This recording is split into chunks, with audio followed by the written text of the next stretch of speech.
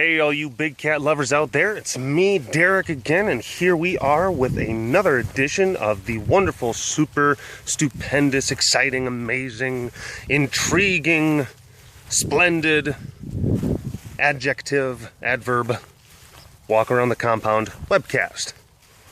And Akari is walking away from me. Akari, where are you going? Hi.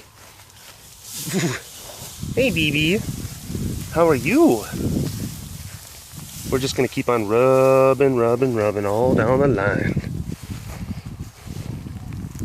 Akari is a white tiger.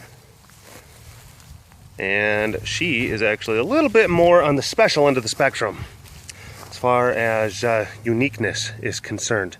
Because Akari, sweet Akari, who is crouching down as if I don't know that she's right there, as if she doesn't think that I can see her, but I totally can see her. Whoa! Akari is actually a hermaphrodite. You heard that right. She is a hermaphrodite. She had a lot of issues as a cub, and I believe that Heidi and our vet, Dr. Bill, were attempting to fix what they believed to be a hernia, what they thought to be a hernia, and come to find out that it was an internal protracted testicle. So she had, besides that, she has fully functioning female parts. So she's a, biologically she's a female. She just had a extra part along with her. Now, with that, whoa, you're so crazy, but you're still such a pretty girl. You're such a pretty girl. Now with that, I'm not necessarily sure if it may have been like a scent that she was giving off, or maybe a scent that she wasn't giving off, but she kind of got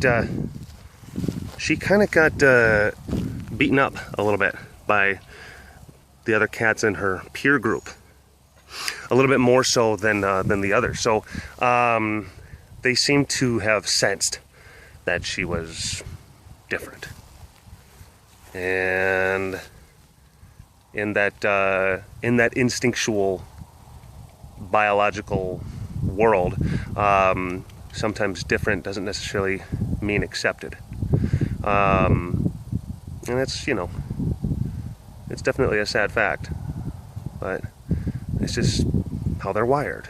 They are hardwired to perceive things that are not that baseline. Hi, sugar pie. So Akari was kind of like in a lot of ways, she was kind of like the last kid in the playground picked for kickball. But she's a sweetie. She's an absolute sweetheart, and she's beautiful. She's got tremendously beautiful blue eyes. Now the white tigers, they have variations of blue and green eyes, and the orange tigers, they have yellow and brownish and orange eyes. Oh, we have these lions over here.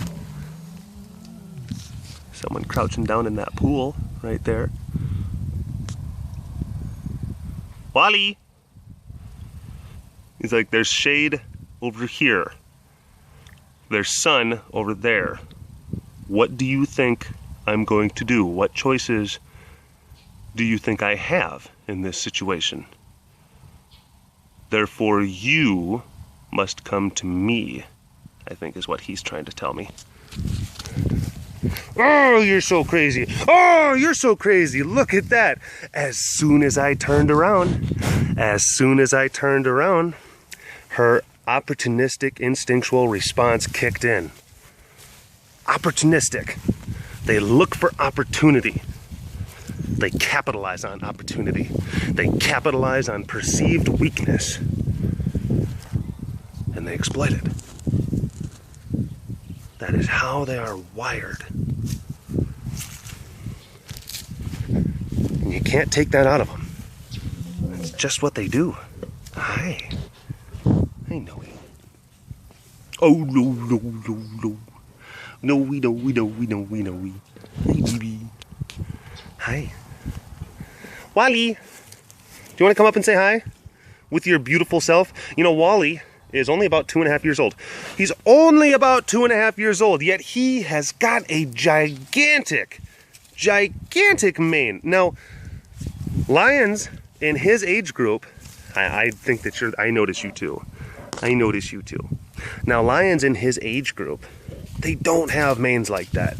They don't have big ol' head hair mounds like he does. Flowing and beautiful, yeah. They usually have like little scruffly tufts here and there. He's kind of like that kid in middle school in the locker room that like you look over and like makes you really uncomfortable, like, oh my gosh, look at this hair everywhere. Oh no, it makes you feel self-conscious. That's Wally. Wally's that kid. Oops, stinky face. Phlegm in response. AKA stinky face. That's because Noe just got done peeing there. And he goes, ew, stinky face. Yeah, she just got done peeing there, buddy. More stinky face. Something tells me you kind of like that. Oh well, you know, to each his own. I'm not one to judge. More stinky face. More stinky face.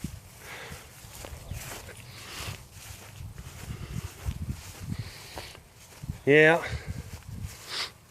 Noe and Wally, you know, they have a special place in my heart because I got to spend a lot of time with them in their formative development as they were cubs, as they were little cubbly wubblies. JP, Jake, Luca, and Alucia, I got to be around them when they were older cubs as well.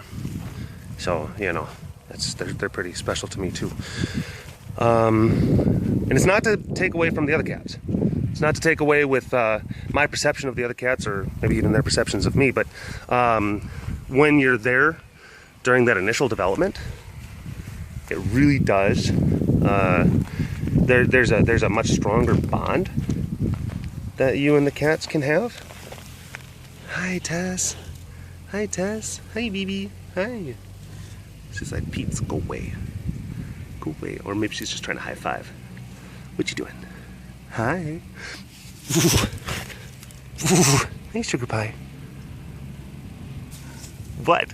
What are you doing? You have a tum-tum. It's not to take away from the from that, but you know, there is a lot of there's like really strong bonds that you can have with the ones that you're around from the time that they're really little. And I only have that type of relationship with, you know, a handful of the cats out here. Otherwise, most all the cats, they were already adults by the time I first met them. So then you got to sit there and think, my wife Heidi, yes, Arctic, yes, my wife Heidi, she raised so many of the cats out here, or took them in, or rescued them, you know, from the time that they were little bitties, little cubs.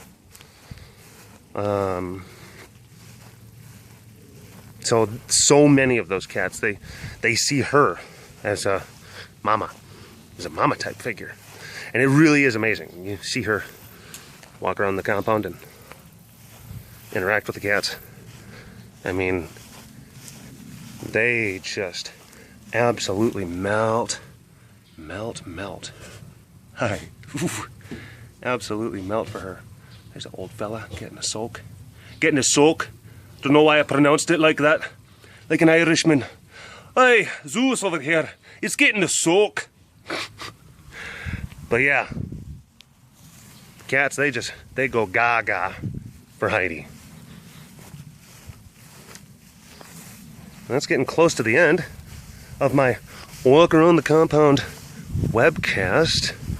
I think I'm just gonna add another 5-minute chunk to the end of this one. How about that?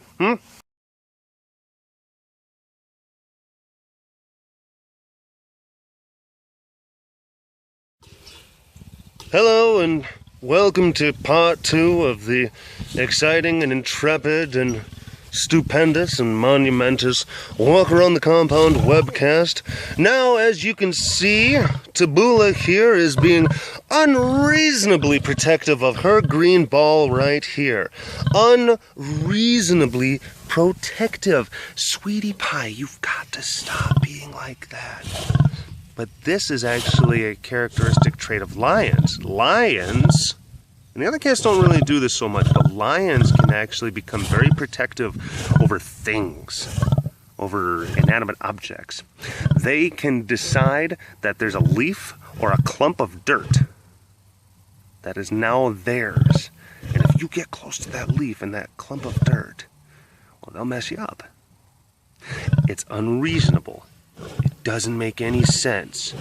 There's, I don't know what kind of thought goes behind it, but it's something that the other cats just don't do. They don't do it. Taboola absolutely doesn't. She does it with this green ball. We've never named her green ball. Maybe we should open it up to the forum, to the people. I believe that Taboola's green ball should have a name. And here's the thing, she doesn't even really get along with it all the time. She'll sometimes kind of get into arguments with the ball. So it's odd. It's odd, but there's definitely a relationship going on between the two. So, people, fans of the Walk Around the Compound webcast, why don't you, in the comment section, come up with some ideas. Some ideas for the name of Taboola's green ball. And we'll have an idea, or we'll see if any of them are fitting. Zeus. Zeus. Zeus. Chugga chugga chugga chugga chugga chugga chugga chugga. Zeus. Zeus. Chugga chugga chugga chugga chugga chugga chugga chugga. Zeus. Zeus. Oh, here we go. There's Jezebel. Now, a lot of people are asking, like, how do you tell the cats apart? Well, it's a lot of different things. It's like the lightness of their coloration. Of course, which cats are within which enclosure. I can definitely tell you. Their stripe patterns, their size differentials, just their body shape, their head shape, their eye shape. There's a lot of different things. That can go into how to tell the cats apart. And after you see those minor little variations and those minor little subtleties enough on a daily basis, you can pick them out pretty easily. Choppers. You're not going to get up? You're just going to snuffle from down there? Choppers! It's so cute. He's like, no, I'm good. I'll say hi, but I'm good. I'm good right here. I'll give you a snuffle, but I will not lift up my head. I will not. Oh, choppers. Choppers, choppers, choppers. A cat's life indeed. I'm gonna go up here and see if I can see Savannah Pirate Tiger. Oh, sun. There. Because this is kind of a barren stretch. There's no cats coming up over into the fence line over here. There's Rascal up over there, and there's Danya down there. And Taboola's got her green ball, which hopefully will have a name soon. And there's Flash up there. So from that section over there up to here, there's not a lot of cats kind of going on. So I'm sitting there kind of thinking, like, which way should I turn? You know, because I'm going to be talking, and there's sun and everything, and there's lights, and there's a lot of things I got to be thinking of all the time. But, you know, we try to get it done. Oh my goodness. Hi, Vivi. You're the prettiest pirate ever. Have all of you at home been practicing your snuffles? F sound, V sound, and shake your voice. Yeah, just like that. Let's see them claws. Oh, let's see them claws. Look at that. It's pretty cool, huh? She's just up here. And there's whiskers. And then we got her fur. We're gonna see if we can try to get some look into her mouth. Oh, you saw like how rough and coarse her tongue was. Well, it really is like industrial grade sandpaper, and they're able to use that tongue to lick just meat right off of the bones. Yeah, that's fun, isn't it? Ooh, violence and stuff and blood and meat. Oh, that's just fun times for tigers, isn't it? Rub, rub, rub. Rub, rub, rub.